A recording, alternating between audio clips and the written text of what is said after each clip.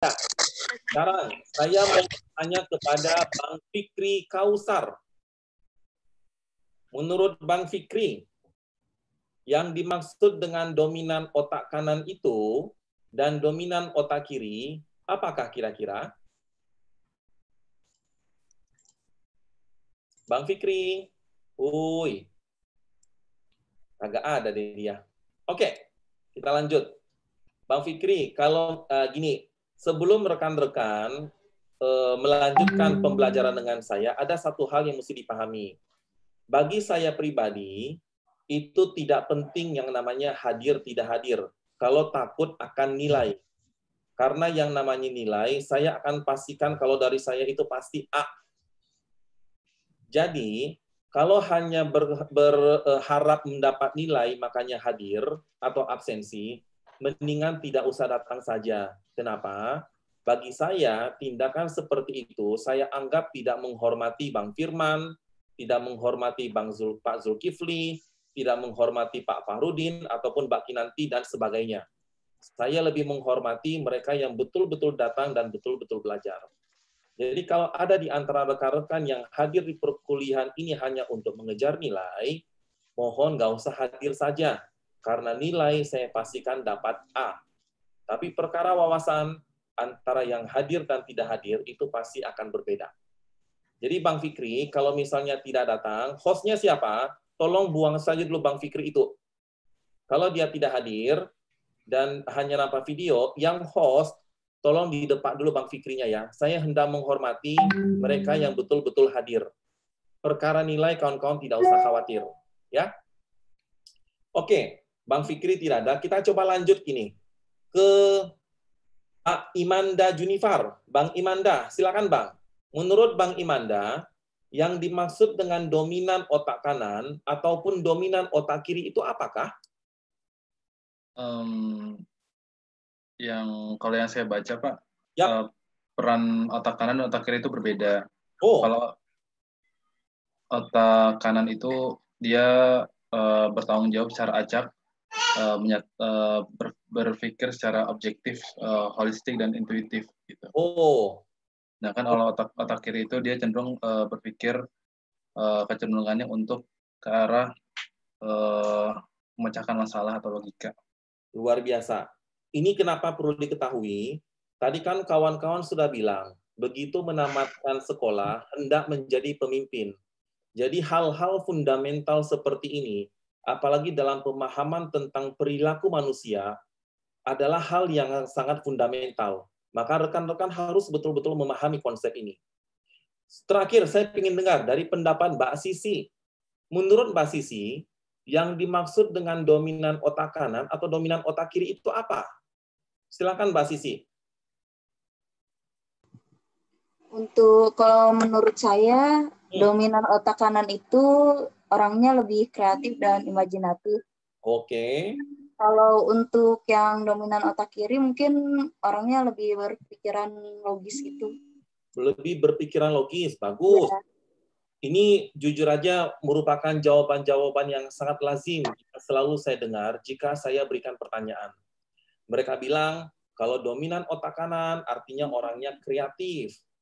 Mereka itu punya bakat di bidang seni, di bidang sastra. Maka kalau hendak sekolah, sekolahlah di bidang seni. Sedangkan mereka yang dominan otak kiri adalah mereka yang memiliki dominasi otak mesum atau otak setan. Canda nih. Kalau mereka itu dinyatakan dominan otak kiri, adalah mereka-mereka yang memiliki kecenderungan untuk berpikir secara logis, kritis, dan juga jago di bidang aritmatika. Sehingga, kalau ia tuh melakukan tes bakat di SMA ataupun di SMP, Bang Firman pasti sudah pernah mengalaminya. Kalau dominan otak kiri, coba masuk ITB. Kalau dominan otak kanan, coba masuk di sekolah seni. Sebagai seorang neuroscientist, yang sudah mendalami tentang otak manusia dan melakukan banyak penelitian dan sudah diakui di seluruh dunia tentang penemuan otak kiri, otak kanan, pernyataan bahwa otak kiri atau otak kanan menunjukkan bakat seseorang kalau kanan itu sastra, kreatif, seni, sedangkan kiri artinya logis, kritis, aritmatika, itu semua adalah hoax belaka. Karena ini jelas hoax, begitu teman-teman telah menamatkan mata kuliah perilaku organisasional, sudah menjadi seorang master, kelak menjadi pemimpin, mencoba membagi pengelompokan manusia berdasarkan otak kiri, otak kanan. Kalau kanan kamu seni, kalau kiri kamu aritmatika. Itu adalah hoax belaka. Hanya pembodohan saja. Muncul pertanyaan, kalau dominan otak kanan, dominan otak kiri yang merujuk kepada seni, merujuk kepada aritmatika, kreativitas, ataupun berpikir kritis itu adalah hoax, lantas pusat kreativitas dan berpikir manusia itu adanya di mana kira-kira? Ada di mana kira-kira Bang Hupron? Silakan Bang. Menurut Abang ada di mana? Kalau tentang berpikir kreatif, berpikir kritis itu tidak terdapat di kanan ataupun di kiri, lantas itu terletak ada di otak bagian mana? Kira-kira Bang Hupron gimana Bang? Ini saya masih mengira-ngira, berarti belum punya jawabannya. Ya dong, mengira-ngira. Lu kan bukan dokter, nggak salah juga nggak apa-apa. Ya. Jadi kalau nggak di keduanya berarti di belakang ya. Bagus. Kalau nggak keduanya belakang. Oke.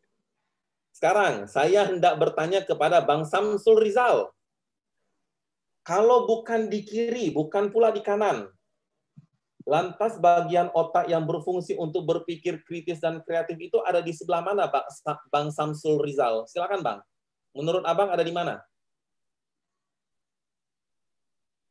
Bang, suaranya masih di mute. Kalau bukan di kiri atau di kanan? Ya.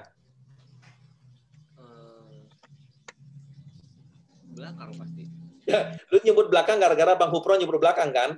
Nah, nanti saya akan beritahukan tentang psikologis manusia. Oke, Bang Samsul, makasih banyak. Kalau gitu, Mbak Rahma, Ustazah Rahma, kira-kira kalau bukan di kanan, bukan di kiri tentang kreativitas ataupun berpikir kritis, kira-kira ada di otak sebelah mana? Itu Pak, kombinasi antara kanan dan kiri Pak. Nah, udah jelas dibilang bukan kanan, bukan kiri, lu malah kasih kombinasi. Double combo dong salah lu. Kan itu salah dua berarti, bukan salah satu kan. Saya cuma tanya deh ke Bang Tatang. Kok makin mau lanjut? Menurut Bang Tatang ada di mana, Bang? Bang Tatang, di unmute. Ya. Di otak yang sadar lah. Gua bingung jawaban udah. Otak sadar tuh maksudnya apa nih? Oke, sih, nggak apa-apa lah. Nah, rekan-rekan semua, ada sebuah fenomena yang hendak saya tunjukkan kepada rekan-rekan, dan ini berkaitan dengan perilaku manusia. Coba, ini polanya pun juga sudah kelihatan di sini. Gini ya, saya itu anggaplah Bang Firman ini kan guru SMA, guru SMA, SMK katanya kan, pasti dia berkali-kali pernah bertanya kepada murid-muridnya. Kita coba namakan saja muridnya itu ada bernama A, B, C, D, E, dan sebagainya. Pak Firman ini, kalau di sekolah kan dipanggilnya Pak Firman. Pak Firman ini bertanya kepada murid A. Dia ngasih pertanyaan contohnya. A, menurut kamu yang dimaksud dengan neuroscience itu apa? Hampir pasti biasanya si A akan berkata, tidak tahu Pak. Oke, tidak tahu katanya. Lalu Bang Firman ini bertanya kepada murid B. Kembali bertanya, B, menurut kamu neuroscience itu apa? Si B menjawab, menurut saya neuroscience itu adalah ilmu tentang otak, Pak. Bagus, kata Bang Firman. Lalu Bang Firman juga bertanya kepada murid C. C, menurut kamu neuroscience itu apa? Hampir pasti dia akan menjawab, sama seperti dia, Pak. Entah apa yang sama, nggak mengerti. Pokoknya sama saja dengan jawaban B. Perlu rekan-rekan ketahui, fenomena demikian ditemukan bukan karena, saya yakin bukan karena si murid-murid itu bodoh. Tapi karena selama ini, kita selalu berpikir bahwa jawaban yang benar adalah jawaban yang sesuai dengan textbook atau sesuai dengan apa yang disebut oleh dosen. Perlu rekan-rekan pahami, yang namanya ilmu itu selalu berkembang. Zaman dahulu, bumi dianggap datar.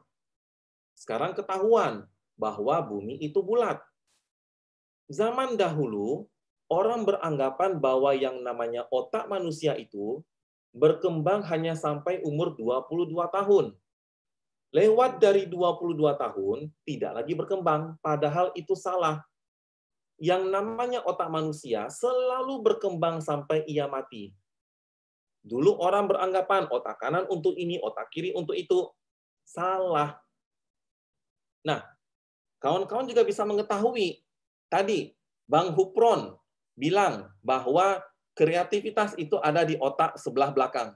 Lalu Bang Samsul Rizal juga menyebut ikutan di belakang. Kenapa itu? Padahal jawabannya kan cuma beberapa. Tapi kenapa ada orang kecenderungan mengambil jawaban yang sama? Karena kalau salah, kan bisa salah barengan. Kalau ternyata dia itu benar, yang salah kan hanya satu orang, itu nggak enak. Nah, di sini pun rekan-rekan mesti mengetahui bahwa yang namanya ilmu itu selalu berkembang. Maka kelak saat menjadi seorang pimpinan, jika bertanya tentang pendapat kepada para bawahan, dan para bawahannya itu tidak mau menjawab atau takut menjawab karena takut salah, itu berarti kesalahan terletak pada kita sebagai guru atau sebagai pimpinan. Keberanian untuk mengemukakan pendapatnya menjadi tidak ada. Nah, itu tolong teman-teman pahami. Oke, sekarang kita coba lanjut lagi tentang otak manusia. Dari tadi jawabannya belum didapat ya. Nah, kawan-kawan kan sudah tahu bahwa yang namanya dominan kanan, dominan kiri, itu tidak berkaitan dengan otak, bahasa, kreativitas, berpikir kritis, segala macamnya.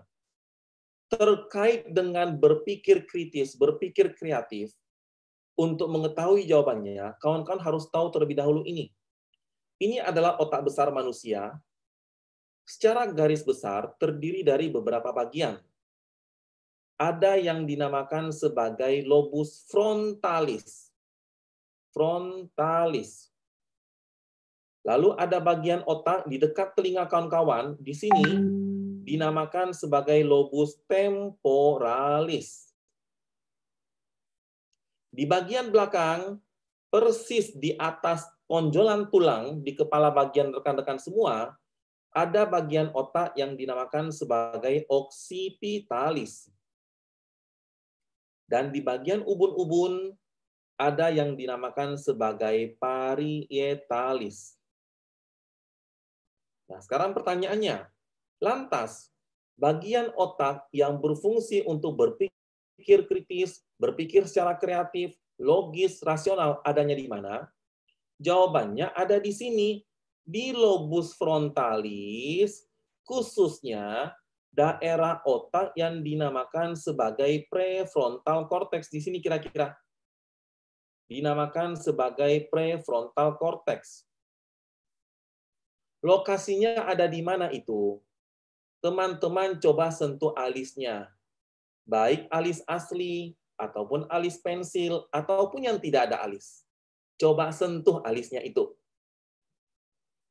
Ayo, Mbak Rahma, Bang Firman, coba sentuh alisnya. Nggak usah khawatir, nggak akan hilang itu alisnya.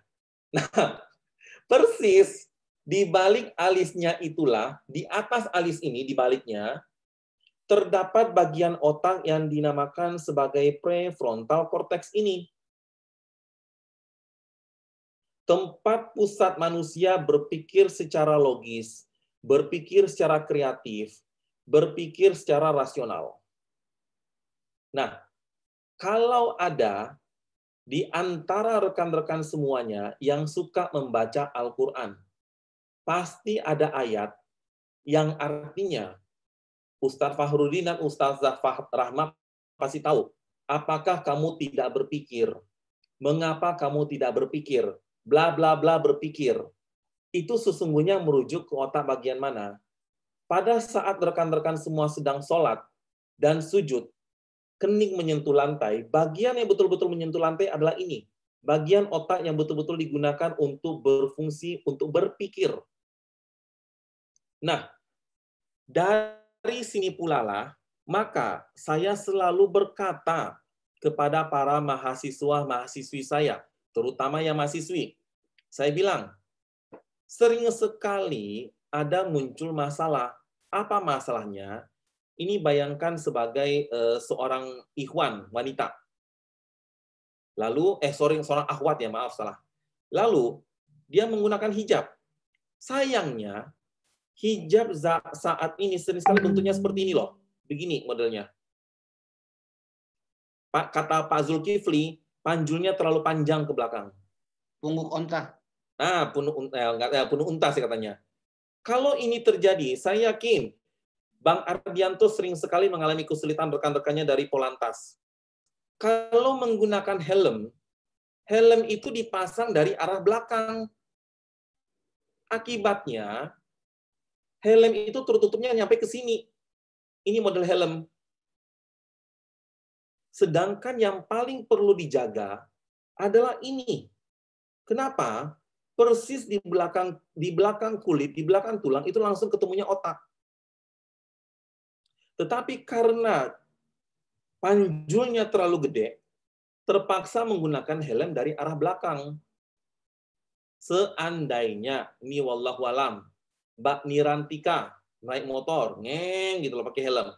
Tiba-tiba jeder terjatuh, wallahu alam, mudah-mudahan tidak terjadi. Mbak Nirantika tertabrak, kecelakaan, terguling-guling, helmnya pecah. Tapi yang terjadi apa? Meskipun jatuh berguling-guling, jempolnya bagus karena tertutupi oleh helm. Tetapi bagian otak yang berfungsi untuk berpikir kritis sudah hancur.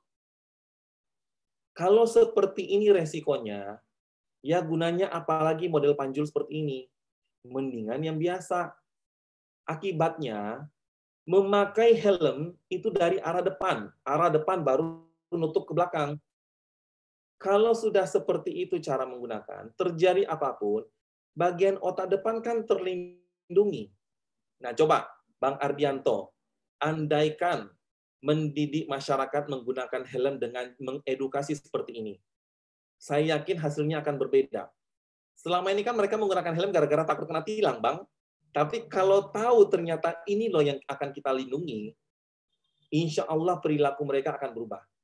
Nah, di sini teman-teman sudah tahu ini nih. Untuk mengubah perilaku seseorang, ada satu kata kuncinya. Manusia itu kala berpikir, ada dua bagian otak yang betul-betul berfungsi secara kritis, yang berfungsi secara betul-betul memegang peran sangat penting. Pertama, bagian otak manusia yang digunakan untuk berpikir secara logis. Lalu yang kedua, bagian otak yang betul-betul berfungsi untuk berpikir secara emosional. Pekan ke depan saya akan jelaskan tentang pengambilan keputusan. Tapi saya akan jelaskan kasih intermezzo kasih pembukaan sedikit terlebih dahulu ya. Manusia itu kalau dihadapkan terhadap sebuah masalah atau informasi yang sifatnya adalah mengajak, kalau yang dirangsang itu adalah bagian otak yang berfungsi untuk berpikir logis, hampir pasti informasi atau ajakan tersebut akan ditolak oleh dia. Tapi kalau informasi itu diberikan yang bisa mempengaruhi emosi dia, hampir pasti informasinya itu akan diterima. Sama halnya terkait dengan otak manusia ini.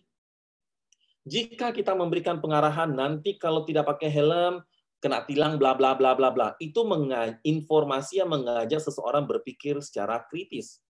Tapi kalau kita sampaikan, kalau tidak menggunakan helm dengan baik dan benar, suatu ketika terjatuh, otak depannya rusak, sedangkan otak depan ini berfungsi untuk berpikir kritis.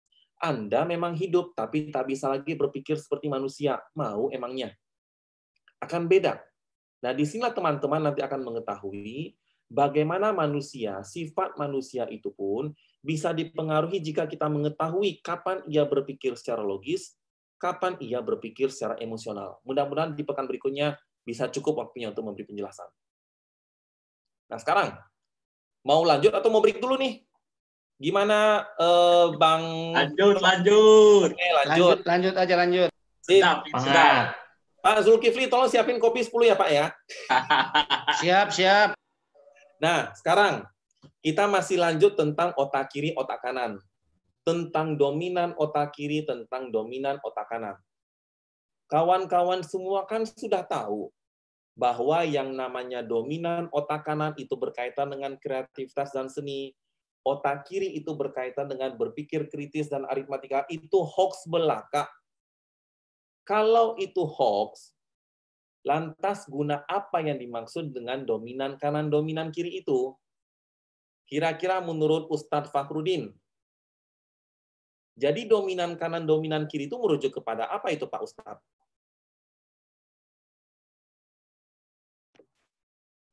Belum tahu Pak ini. Oh, ya kan? Benar kan? Belum tahu. Yang pertama pasti mengatakan nggak tahu. Gitu. Yang kedua coba. Bang Firman, menurut Bang Firman gimana tuh Bang Firman? Oke, makasih Pak Ustadz. Gimana Bang Firman?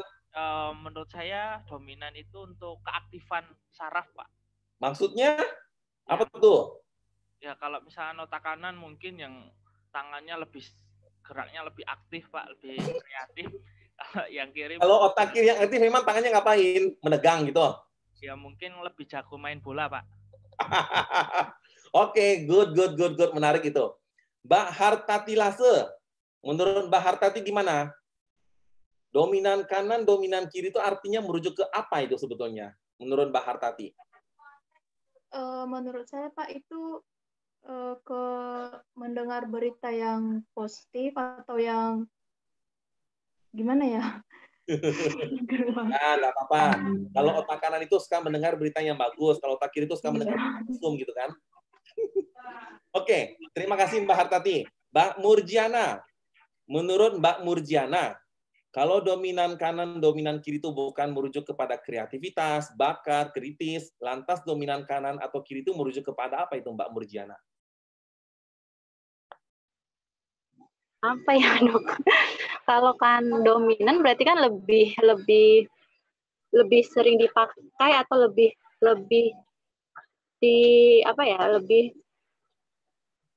sering kalau di apa ya bahasanya, lebih dominan, jadi dia lebih menangkapnya tuh lebih ke otak yang mana gitu cara nangkep. Jadi kalau dominan otak kanan artinya lebih banyak menggunakan otak kanan daripada otak kiri, begitukah? Ya, monggo, nggak apa-apa. Nah, begini rekan-rekan semuanya. Dominansi otak kanan atau dominansi otak kiri itu merujuk kepada pusat bahasa. Dominansi otak kanan ataupun dominansi otak kiri itu merujuk kepada pusat bahasa. Nah, sekarang saya mau bertanya sama yang namanya Bang Fitian. Bang Fitian ini kalau nggak salah yang saya usir tadi ya. Ya, monggo, coba Bang Fitian. Menurut Bang Fitian. Tadi Fikri. Oh, tadi Fikri. Oh, beda orang ya. Sorry, Bang Fikri. Oke, Bang Fitian. Iya, Pak. Kita sudah tahu bahwa yang namanya dominan otak kanan, dominan otak kiri itu merujuk kepada pusat bahasa. Ya. Pertanyaan saya, lantas pusat bahasa itu ada di otak sebelah mana, Bang? Otak sebelah kanan. Sebelah kanan. Oke, bagus. Mbak Sisi, menurut Mbak Sisi, pusat berbahasa itu ada di otak sebelah mana, Mbak Sisi? Ada di sebelah kanan. Nah, lu jawab kanan gara-gara si kita jawab kanan kan? Kenapa sih? Kita cuma satu di antara dua. Enggak. Itu dari hati jawabannya, bukan dari hati itu karena takut salah doang kali. Ini kelihatan ini. Lebih bagus gua pilih jawaban yang sama. Jadi kalau salahnya itu barengan. Enggak. Pilihannya satu di antara dua. Oke lah kalau begini. Mbak Indah, menurut Mbak Indah, pusat bahasa itu ada di otak sebelah mana coba? Kanan, Pak. Masih kanan juga jawabannya. Ya Allah ya Rabbi. Bang Imanda, menurut Bang Imanda sebelah mana coba? Kiri. Ya gara-gara gua udah marahin yang sebelumnya kan. Nggak tahu Pak, saya nggak tahu, belum tahu. Apanya nggak tahu Bang? Satu dari antara dua. Kalau oh ya udah. Gitu loh. Kalau yang kanan aku repetin, ya udah pasti jawabannya kiri kan? Iya. Iya, kiri. Kita menjawab kiri gara-gara saya udah marahin dulu yang jawab kanan. Jawabannya begini rekan-rekan semuanya. Pusat berbahasa itu bisa di sebelah kiri, bisa di sebelah kanan. Jawab manapun juga benar kok itu sebenarnya. Tetapi satu orang itu tidak mungkin berada di dua sisi. Kalaupun ada, itu adalah hal yang langka. Nah, mereka-mereka yang non-kidal, yang selalu menggunakan tangan kanan waktu bekerja, semuanya, hampir semuanya, memiliki pusat berbahasa ada di otak sebelah mana? Sebelah kiri. Oh, very good. Pak Zulkifli udah jawab duluan, padahal nggak ditanya loh itu. Jadi gini, mereka-mereka yang non-kidal, yang selalu menggunakan tangan kanan waktu bekerja, pusat berbahasanya ada di otak sebelah kiri. Sedangkan mereka-mereka yang kidal, yang selalu menggunakan tangan kiri waktu bekerja, sebagian besar di antaranya, pusat berbahasa ada di otak sebelah kanan. Sebetulnya, untuk mengetahui di mana pusat bahasa seseorang, perlu dilakukan yang namanya, kawan-kawan, ini sepertinya slide share-nya ada gangguan, saya stop dulu ya, saya stop lalu saya coba masuk lagi. Sorry banget. Oke. Mungkin karena kelamaan kali ya.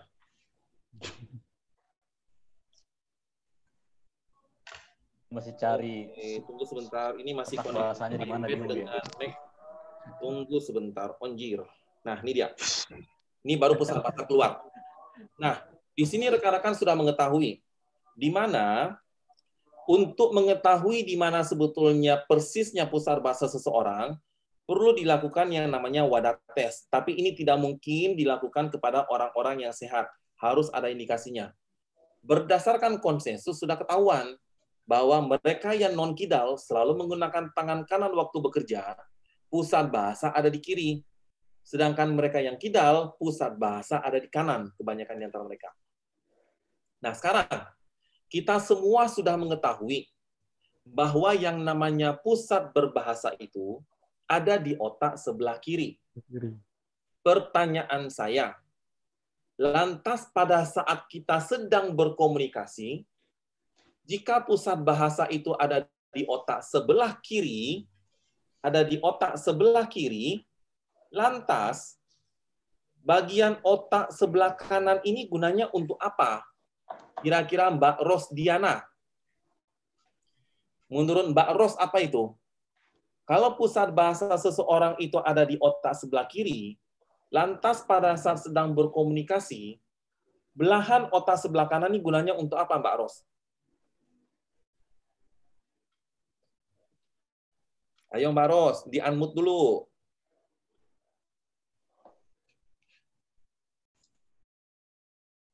Tadi kan Mama bilang katanya kalau misalnya hanya salah satu yang bisa yang ibaratnya yang berfungsi ketika nggak mungkin dua-duanya berfungsi, betul nggak? Gitu. Jadi mungkin dia ya tidak istilahnya ketika dia bekerja dia fungsinya itu yang dia berpikirnya itu. Jadi yang satu itu istilahnya untuk kayak motoriknya dia. Untuk menjaga motoriknya dia, bisa bicara atau apa. Terus kan ketika kita bicara kadang-kadang ada di bagian otak kita yang juga ikut berpikir gitu loh. Nah, mungkin otak yang satu lagi fungsinya yaitu tadi untuk what is in your mind gitu. Oh, jadi waktu berbicara yang digunakan otak kiri, yang otak kanan berpikir saya lagi ngapain gitu. Iya, intinya kayak gitu. Pokoknya karena kan hanya salah satu yang berfungsi, nggak mungkin dua-duanya. Tadi kan katanya. Oke, bagus. Menarik jawabannya. Kalau menurut Bang Tatang, gimana Bang Tatang?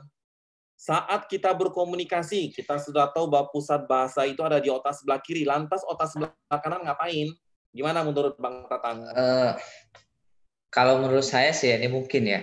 Kalau kiri itu dia sebagai apa yang berkomunikasi, maka yang kanan itu adalah yang memberikan informasi. Jadi dia ada sumber knowledge-nya. Oh gitu. Menarik jawabannya. Jadi kan nanti dia yang akan menimbang ini yang benar, ini yang selalu next-nya ini loh yang akan direkam dan sebagainya. Jadi sebagai sumber informasinya gitu. Jawaban Mbak Ros ataupun Bang Tatang itu menarik. Begini rekan-rekan semua. Untuk mengetahui Apa fungsinya otak kanan pada saat berkomunikasi, sementara kita tahu bahwa pusat bahasa itu ada di otak sebelah kiri?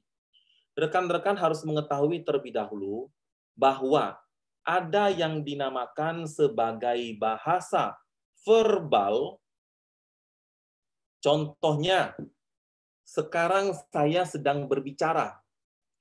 Apa yang keluar dari mulut saya ditangkap oleh kawan-kawan, diolah di otak sebelah kiri, karena itu adalah bahasa verbal. Sekarang, di depan monitor, rekan-rekan bisa membaca kalimat kata pusat bahasa. Lalu ada kata verbal, ada huruf R, ada huruf L. Ditangkap oleh mata, diolah di otak sebelah kiri. Karena itu adalah bahasa verbal. Sedangkan otak sebelah kanan, pada saat kita berkomunikasi, berfungsi untuk mengolah bahasa non-verbal. Contohnya, pada saat saya sedang berbicara, telinga kawan memang menangkap apa yang saya ucap. Tetapi di saat bersamaan, rekan-rekan juga akan menangkap intonasi suara saya. Keras lunaknya suara saya. Itu adalah bahasa nonverbal. Saya sedang berbicara. Mata kawan-kawan melihat ke arah saya, melihat ekspresi wajah saya, melihat gerakan tubuh saya. Ditangkap oleh mata, diolah di otak sebelah kanan, karena itu adalah bahasa nonverbal. Dalam kehidupan sehari-hari, ini perlu teman-teman ketahui yang mempelajari perilaku organisasional. Dalam proses berkomunikasi, bahasa nonverbal itu sering sekali memegang peran krusial dibandingkan bahasa verbal. Contohnya bagaimana? Saya beri contoh saja deh. Teman-teman kan ini para guru, bekerja di institusi. Pada saat melihat atasan, tanpa ia perlu marah, mengucapkan marah, kawan-kawan bisa mengetahui bahwa pimpinan kawan-kawan itu sedang marah. Padahal nggak ngomong. Kenapa kawan-kawan bisa mengetahui itu? Karena kawan-kawan menangkap bahasa nonverbal dari ekspresi wajah. Mbak Rahma misalnya telat. Lalu saya bilang, oh iya nggak apa-apa telat, nggak apa-apa telat. Jawaban saya adalah nggak apa-apa. Tapi Mbak Rahma tahu saya sedang marah. Kenapa? Karena dari intonasi. Karena ini pula lah, rekan-rekan yang laki-laki, entah itu Bang Ardianto itu profile picture itu entah sama pacarnya atau sama istrinya gitu loh. Sama siapa itu, Bang? Rekan kerja, Dokter. Allah, rekan kerja maksud profile picture. Nah, gini Bang Ardianto. Bang Firman juga pasti tahu. Bang Tatang juga mungkin. Kita sebagai laki-laki, ada dua kalimat yang paling ditakuti dari perempuan. Bang Ardianto tahu banget deh. Yang pertama adalah, terserah. Coba, Bang Firman waktu sedang mengajak gitu loh, entah rekannya. Dia bilang, Beb, kita pergi makan yuk gitu loh. Kamu mau makan apa? Entah kenapa si perempuan, kalau mengucap kata terserah, rasanya kita pengen mati aja gitu loh. Coba Bang Firman bertanya kepada Bang Tatang. Tatang, bro, lu mau makan apa? Bang Tatang menjawab, terserah bro. Bang Firman tidak deg-degan toh. Padahal kalimatnya sama, terserah. Tapi kenapa reaksi bisa berbeda? Karena waktu mendapat jawaban terserah, Bang Firman menangkap bahasa nonverbal, diolah di otak sebelah kanan. Kalimat kedua yang paling ditakuti, apa itu? Saya yakin Mbak Hartati, Mbak Kinanti tahu deh. Jawabannya adalah nggak apa-apa. Bang Firman mulutnya udah komat kami tadi tuh. Dia tanya, Beb, kamu kenapa merenung-renung? Si pacarnya menjawab, nggak apa-apa. Wah, kalau dapat jawaban nggak apa-apa, mendingan mati aja sekalian deh. Kenapa bisa seperti itu? Karena kita sedang mengolah bahasa nonverbal. Nah, disinilah rekan-rekan mengetahui ada perbedaan antara penggunaan bahasa verbal dan juga bahasa nonverbal. Rekan-rekan, ini tentang perilaku organisasional. Saya langsung masuk jantungnya. Saya yakin Bang Firman, Bang Samsul Rizal, Mbak Indah, Mbak Hartati, Bang Reza tadi entah pergi kemana, pasti ada yang namanya WA Group.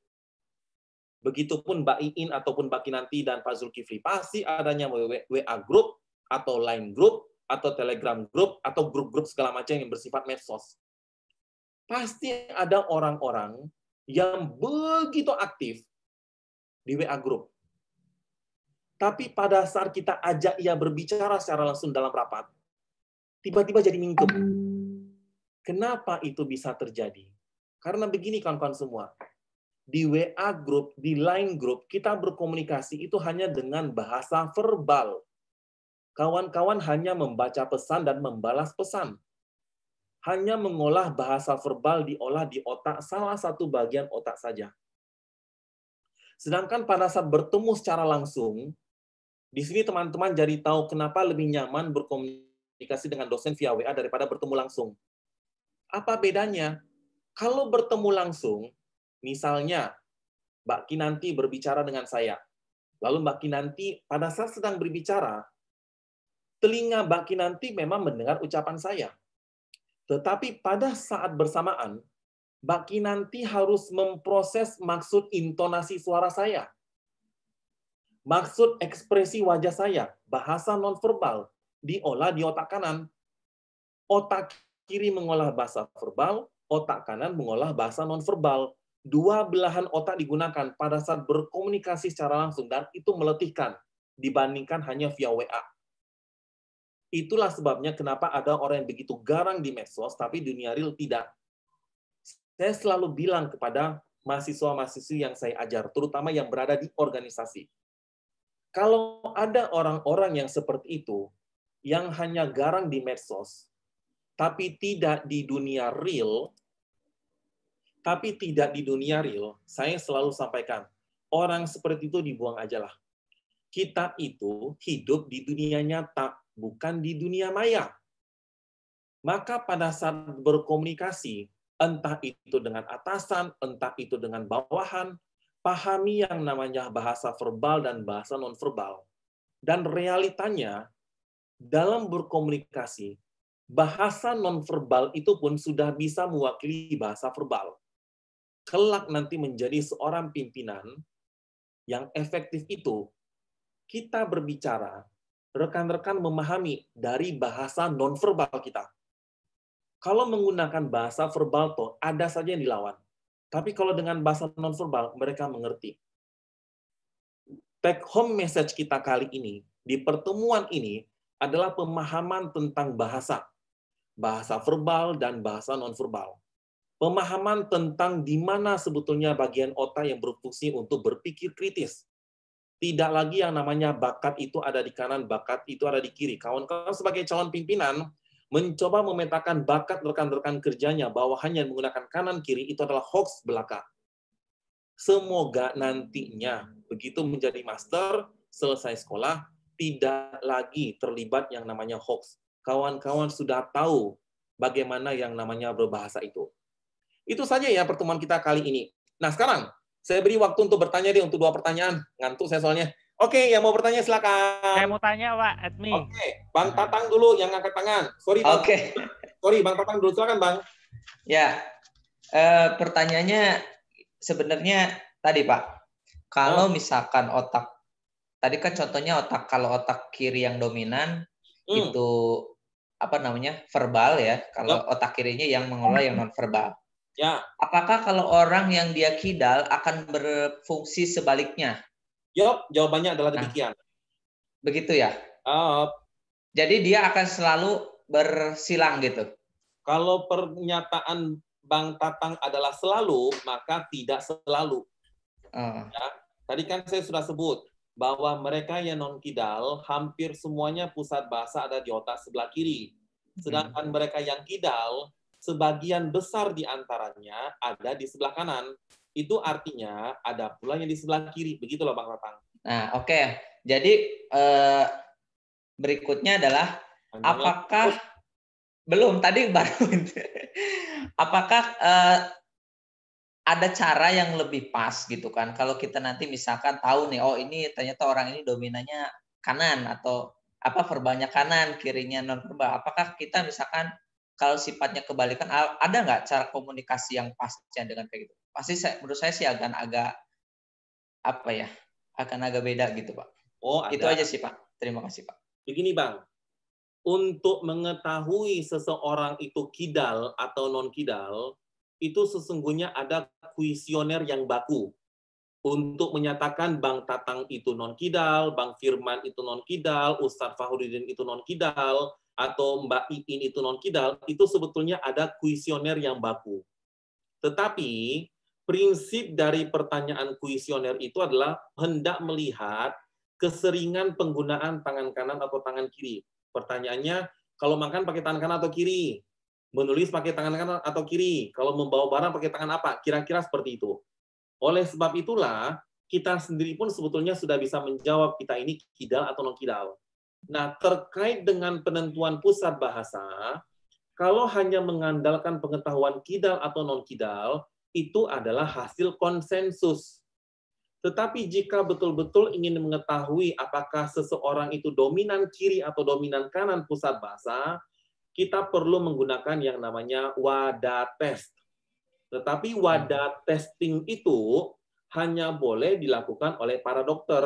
Kalau di Jepang itu dilakukan oleh dokter bedah saraf. Kebetulan kami dulu kalau hendak melakukan operasi bedah epilepsi, harus kami tentukan terlebih dahulu di mana pusat bahasanya dengan menggunakan WADA test itu. Untuk orang-orang awam kan tidak mungkin. Jadi untuk mengetahui apakah dia itu kidal non-kidal cukup bertanya saja. Nah, dengan mengetahui dia kidal atau non-kidal, kita sudah bisa memprediksi pusat bahasanya ada di mana. Kira-kira seperti itu Bang Tatang. Ya? Nah, kalau pola komunikasi tadi Pak gimana? Ada? Maksudnya? Banyak banget pertanyaan. Ya, terus ya kita kan bisa kan mau kalau kita kanan atau yang tadi sudah diketahui, ada nggak caranya nih? Oh ini orang ini agak beda gitu kan pola komunikasinya. Kita kalau ngomong dengan dia gitu misalkan, dengan orang-orang. Ini, gitu kalau mengetahui bagaimana pola berkomunikasi seseorang, itu kita tidak mungkin mengetahui dengan prediksi teori. Cara mengetahui pola komunikasi adalah memang kita berbicara langsung dengan orang itu, kita akan mengetahuinya. Jadi cara terbaiknya adalah memang kita mencoba berkomunikasi dengan orang itu. Kira-kira begitu Bang Tatang. Tidak ada sampai teknologi yang ada di dunia yang bisa memprediksi sebelum dia berbicara tentang bagaimana pola komunikasinya. Kira-kira gitu Bang Tatang. Baik Pak, terima kasih Pak. Oke, berikutnya. Tadi Bang Firman yang pengen nanya ya. Gimana Bang? Sesuai dengan jurusan kita ya Pak. Manajemen dan kita mempelajari pemasaran. Apakah kemampuan otak seseorang itu misalkan dia memiliki akademik yang tinggi Pak, pandai orangnya, gampang menangkap sesuatu. Kan ada yang lola. Nah ini cepat. Itu mempengaruhi kemampuan dia dalam berorganisasi. Mempengaruhi dia dalam berdagang atau bermarketing. Karena saya punya kasus murid saya itu kalau di kelas lola Pak, nggak pinter-pinter amat. Tapi ketika dia itu marketing, pemasaran, dia itu jago Pak, hebat banget gitu. Nah itu gimana Pak? Apa ada sinergi itu Pak? Ya. Pertanyaan Bang Firman ini sangat bagus dan ini sangat penting bagi rekan-rekan semua sebagai calon pemimpin. Pertama, teman-teman perlu mengetahui bahwa yang namanya kecerdasan itu ada banyak jenisnya. Kalau nggak salah ada sampai 7 itu deh. Ada kecerdasan di bidang aritmatika, kecerdasan di bidang seni, kecerdasan di bidang komunikasi, ada kecerdasan sosial, ada kecerdasan di bidang olahraga. Menariknya tadi ucapan Bang Firman, anak ini bodoh di sekolah. Di sini ada kata kunci.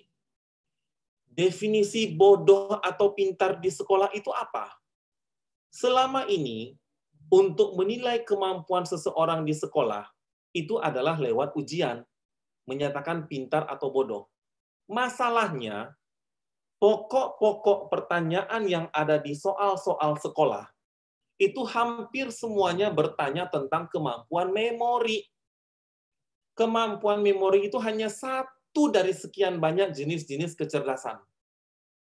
Makanya, saat kita beranggapan bahwa murid ini bodoh di sekolah, jangan-jangan yang bodoh itu hanyalah kemampuan menghafal tok. Tetapi pada saat berkomunikasi dia jago. Memang ada jenis kecerdasan seperti itu. Orang yang begitu pintar aritmatika, jago menghafal, belum tentu jago komunikasi. Makanya di organisasi jadi melempem. Tapi kok ya orang yang kayaknya bodoh di aritmatika, tapi kok jago banget di organisasi? Kok jago banget di olahraga? Kok jago banget di bidang marketing? Karena yang namanya kecerdasan itu pun banyak jenisnya. Disinilah pentingnya pemahaman tentang otak manusia, dan salah satunya adalah kecerdasan. Tadi Bang Firman sudah memulainya. Yang namanya kecerdasan itu ada banyak jenisnya. Jadi sebagai seorang pimpinan, mengatakan Anda bahwa ini bodoh, bla bla bla bla bla. Ingat, kecerdasan itu ada banyak. Jika ada lemah di satu hal, artinya orang ini punya kecerdasan di bidang lain. Begitulah Tuhan membentuk otak manusia. Tidak ada yang namanya bodoh absolut. Kalau ada lemah di satu hal, pasti ada hal di bidang lain yang dia unggul. Saya aja, jujur aja nih Bang Firman, semester 1 FK UNAN, IP saya itu 1,8. Semester 1 FK UNAN. Semester 2, alhamdulillah naik. 1,9. Semester 3, 2,1. Semester 4, 2,2. Itulah saya. Semester 5, 6, 7, 8, saya mulai rajin. Tetapi karena begitu jeblok IP awal saya, pada saat saya menjadi sarjana kedokteran, itu dipampang IPK mahasiswa lulusan. Alhamdulillah, saya peringkat nomor 2 dari bawah. Jadi kalau ada orang yang bertanya siapa yang paling bodoh di angkatan itu, maka jawabannya adalah Dr. Etni yang sekarang sedang berbicara. Tetapi dosen kamu semua yang sedang berbicara ini meraih gelar doktor bedah saraf di umur 29 tahun di Jepang pula lagi. Dan sekarang sedang mengajar kawan-kawan. Makanya sebagai seorang guru, kalau sudah menstigmakan murid itu bodoh atau tidak, pahami dulu. Yang namanya kecerdasan itu ada banyak, bukan cuma satu. Kemampuan memori hanya satu dari sekian banyak kecerdasan yang ada pada manusia. Kira-kira seperti itu ya. Oke, karena waktunya juga udah habis banget, saya udah capek nih. Kayaknya otak kawan-kawan juga udah mulai meletus sih. Itu ya. Mudah-mudahan di pertemuan berikutnya kita bisa memahami tentang bagaimana manusia mengambil keputusan dari sudut pandang otak manusia. Bagaimana seorang pimpinan mengambil keputusan. Mudah-mudahan bermanfaat ya semuanya ya. Terima kasih. Assalamualaikum ya. Terima kasih Pak Dokter. Waalaikumsalam warahmatullahi wabarakatuh. Aduh. Baik, materi kedua akan disampaikan oleh Dr. Laurudin. Silakan. Yang ngomong ini dokter apa ya? Oke, saya pamit. Assalamualaikum warahmatullahi wabarakatuh. Woi, dokter pamit. Mas Firman. Ya, Bang Reza. Boleh di-share nanti hasil rekamannya? Oh, siap. Nanti saya share. Saya di Depok karena habis hujan, jadi sinyalnya agak kacau balau dari tadi. Ini sebentar, putus-putus. Bu Rosdiana, ini kalau mau nge-save recordingnya gimana caranya, Bu? Hasil recordingnya aja di-share di grup. Enggak, caranya nge-save gimana? Yang ini udah di-record. Iya, kan saya record. Kan ada filenya. Nanti ada filenya. Oh, gitu. Filenya nanti. Kalau di stop hilang. Sorry? Kalau misalkan saya stop, hilang nggak rekamannya? Enggak, kan dia nge-save dulu, nanti dia nge-save ke directory. Nanti tinggal dikirim. Siap. By the way, boleh nanya nggak tadi